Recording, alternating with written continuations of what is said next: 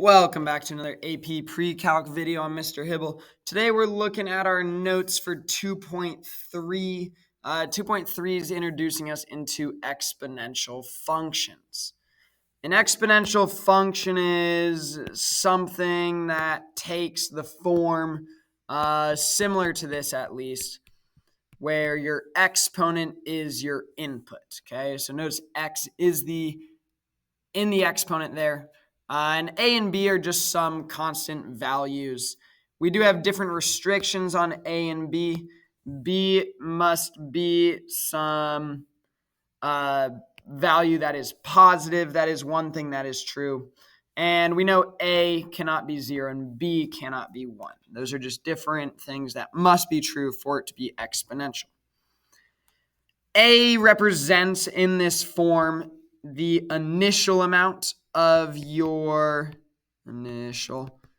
It is the initial amount for your exponential function. We'll get into utilizing that value a lot more once we get into 2.5. B is the constant rate. It's the multiplicative rate, whatever you want to say there.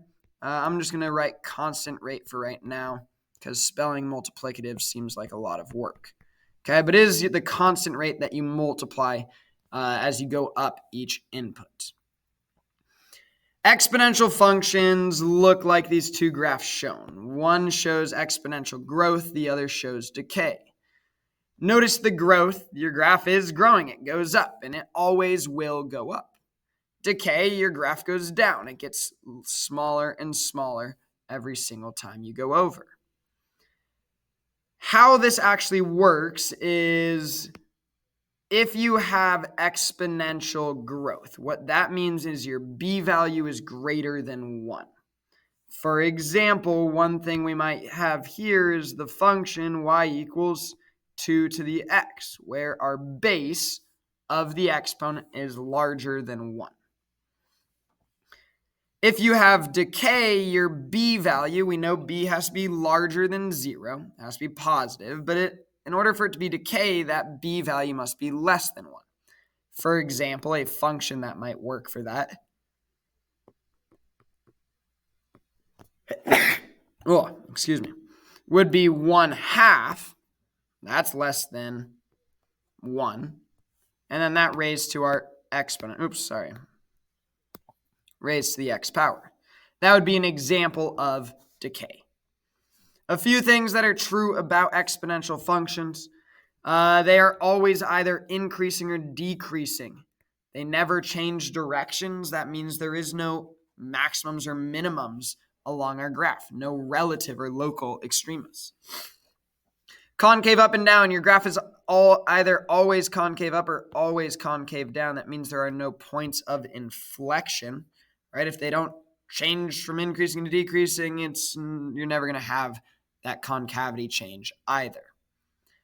Besides that, end behavior, one of your ends will go off towards infinity. The other one will go off towards a horizontal asymptote.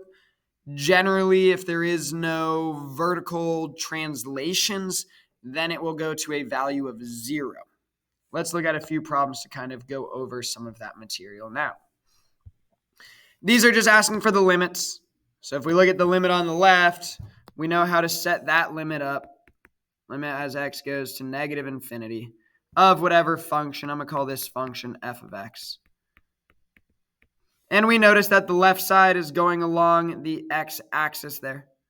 What that tells me is there is a horizontal asymptote at y equals 0. Your graph will actually get very, very close to 0, but it will never actually touch it. So that left side, the limit on the left, will get to a value of 0 or approach that value of 0.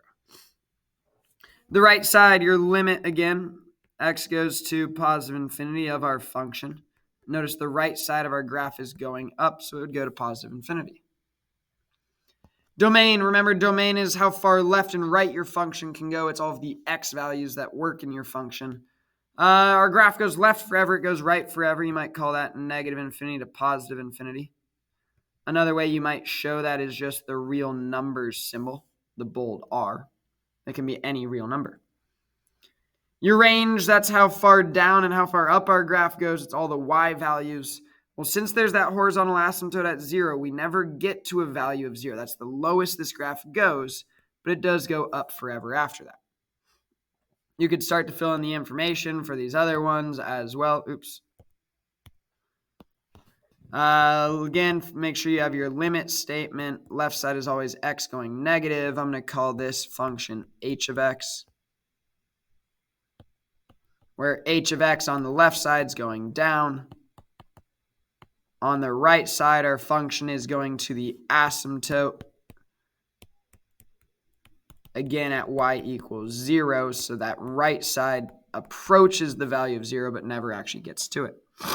Your domain, your graph goes left and right forever again. Your range, the bottom of it does go down forever. The top of our graph only gets to 0 where the asymptote is, so it is an open parenthesis there, not a closed bracket, because 0 is not included. It only gets close to the asymptote and never actually gets to 0. Looking at C, this part's a little bit different now because what we're going to want to do is just create some sketch of a graph. Few things to pay attention to. Notice the b value, the base of your exponent. The base of our exponent is less than 1. It is a value of 2/3. Less than 1. Since it is less than 1, that tells me that this is decay. So my function would look something like this. Notice the value in front. That value in front is positive, so there is no reflections or anything happening to it. So if I just draw a quick sketch, it would still look something like that. So once you have that, you could end up filling in your left, right, end behaviors as well as your domain and range. The range 0 to infinity, your domain is all real numbers. Your left side does go up. So this was g of x is going up to infinity. The right side looks like it is going to 0 along the asymptote, and we've filled that in. C is just an idea of getting us to sketch what's actually happening to our graph, analyzing the different parts. Other ideas you might look at for these functions, concavity as well as increasing, decreasing. Remember, if it has any part of a U shape, that means it's concave up. If it has any part of an N shape, that means it's concave down. Well, this one looks like it's the beginning of a U, that would be up. And your graph was also going down, so that would be decreasing. This next one is a part of an N, so it is concave down, where, again, your graph is going down too. It is decreasing. The last one, we do need another sketch for it. This time, this value is greater than 1. Greater than 1. That tells me it is exponential growth, something like that. And the value out front, that 3, there is no reflection, so it doesn't really change it too much. It might stretch it or compress it, but the general shape stays the same. So we do get a graph that looks like that red line. That would be concave up and increasing. Let's continue to talk about this idea of end behavior and kind of sketching these graphs. We check the base of our exponent. This is 3. That means it is exponential growth. Here is the growth. But notice this change on your function as well. This change on the function is not connected with the x. It's just outside of our function. It's a +2 just adding at the end. Since it's just adding at the end, that's a change in the y. Adding and subtracting, we know are transformations. It's a translation. The vertical always works as expected, so it goes up 2 units. So instead of our asymptote being at 0 now, we just shifted our function up, so the horizontal asymptote is now at 2. So we would end up getting our graph something like that, where our asymptote was just up 2. If you needed to create your limit statements, notice the left side now. Instead of it going all the way down to a value of 0, it now gets stuck at the asymptote of 2. And the right side does go up forever. So I would get y going to positive infinity. Same idea with B. Give it a quick sketch, see what's happening. This looks like decay because it's less than 1. That looks like our graph is moving up 2. That means your asymptote goes up 2, and it is shaped like a decay function. We could then fill in our limits.